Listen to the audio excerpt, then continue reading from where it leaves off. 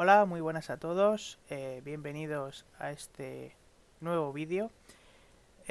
Hoy quería hablar un poquito sobre qué es el checksum y para qué se usa, ¿no? Eh, el tema viene porque en uno de los vídeos hay un comentario de una persona que tuvo un problema con una centralita, la centralita de su coche, y el tema es el siguiente.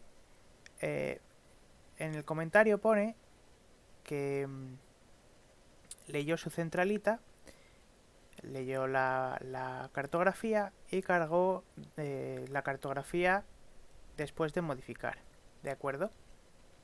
Y pone que desde que ha cargado esa cartografía el coche no arranca, le da un fallo en, en el, en el cuadro de instrumentos, me imagino que será ahí, que pone ESP y no sé qué. Y bueno, pues eso, que no arranca y no está bloqueada la unidad. De hecho, él me pregunta que cómo se desbloquea. Y bueno, pues simplemente lo que ha pasado es lo siguiente. La memoria flash, ¿vale? Que es esta que tenemos aquí, son dos. Esta es un archivo original, ¿vale? Y este es un archivo modificado. Como veis es, bueno, es de un Laguna, tal. Bueno, eh, este es el archivo flash de un coche, ¿vale? De mi coche, con el que os voy a mostrar qué es lo que ha pasado. Bien, cuando tú lees el archivo, bueno, pues te da una serie de mapas. En este caso están cambiados, por eso he elegido este archivo, porque ya vienen, ya, bueno, ya los he cambiado, los he modificado. Y estos son los mapas modificados, ¿de acuerdo? Entonces, si le damos a siguiente, siguiente, vamos a ver todas las modificaciones que se han hecho de esta cartografía. Hasta llegar a un código que vamos a ver ahora mismo. Aquí. Hasta llegar a este código. Bien, ¿qué es este código? Pues ni más ni menos que el llamado checksum. Y diréis, ¿qué es el checksum? El tan famoso checksum. Bien, el checksum no es más que un código que es un comprobante para, utilizado sobre todo en informática y en electrónica y demás, para saber si ha habido modificaciones o perturbaciones, en este caso, por ejemplo, en una flash, ajenas a algo que hemos causado nosotros, ¿de acuerdo? Es decir, por causas ajenas a una razón lógica, pues sirve esto, ¿no? Se modifica y por tanto, una vez que se haya modificado, este comprobante verifica que la suma de todos, desde aquí hasta a lo mejor, yo que sé, un bloque X que han llamado, o a lo mejor hasta aquí, hasta el principio, ¿vale? Desde ese código hasta el principio, pues es la suma y es este código, ¿de acuerdo?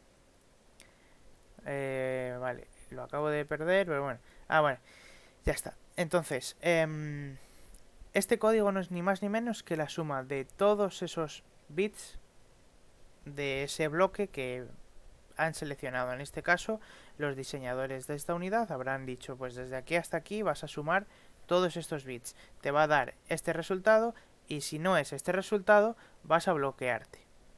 ¿Vale? ¿Para qué es esto? Pues muy sencillo. Si la centralita sufre una modificación, por seguridad de los ocupantes del vehículo, queda bloqueada. ¿Vale? El coche no arranca, en fin, hará lo que tenga que hacer, ¿de acuerdo?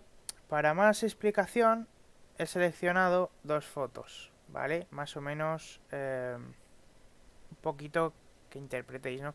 Por ejemplo, el nombre de John, pues no me he parado a comprobar, yo me fío, pues Nasty, me imagino que estará hecho, es este código de aquí, ¿no? Este código de aquí, tal, bueno, en fin.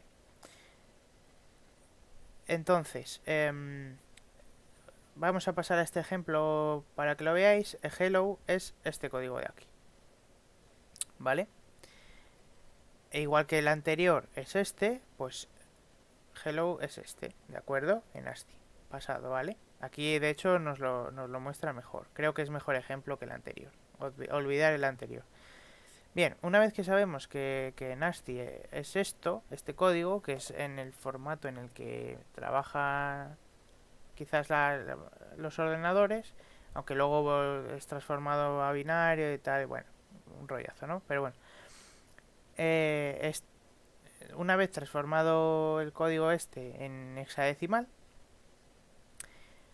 pues como veis, digamos checksum, bueno, digamos no, el checksum es la suma de este número. De tal forma que suma 48, 65, 6C, tal, y le da F4. Por otro lado, hace esta operación, 81 por 1, o sea, 48 por 1, 65 por 2, y le da 31. ¿De acuerdo? Entonces, esa es digamos, un checksum. ¿Qué es lo que pasa? Que cuando cambia la letra última y pone una A, en vez de 6F es 6,1 y por tanto el checksum varía. ¿Qué es lo que ha pasado? Que la máquina ha interpretado que el checksum ha variado y por tanto dice aquí hay un error, aquí pasa algo, ¿no? Pues con esto es lo mismo. Vale, una vez sabemos qué es el checksum, una vez hemos aprendido qué es el checksum, hay muchas formas de modificarlo. Hay muchos programas que lo modifican. De hecho, Winols lo hace. No lo tengo ahora abierto y tarda bastante porque habría que modificar todos los mapas, ¿no? Pero cuando tú modificas todos estos mapas como hemos hecho, Winols, si tiene opción a ello, que normalmente la tiene, te va dando unos avisos y te dice está a punto de modificar el mapa tal. ¿Quiere usted cambiar o corregir el checksum? Si le dices sí, pues automáticamente te corrige el checksum. Si le dices que no, te sale una, mm, una letra de sumatorio, ¿vale? Un símbolo de sumatorio, como el que hay en la miniatura del vídeo, roja, ¿vale? Si cambias el checksum, pues aparecerá en verde, ¿de acuerdo? Entonces, bueno, pues simplemente eso, que Winols lo cambia. También hay otros programas que también lo ajustan.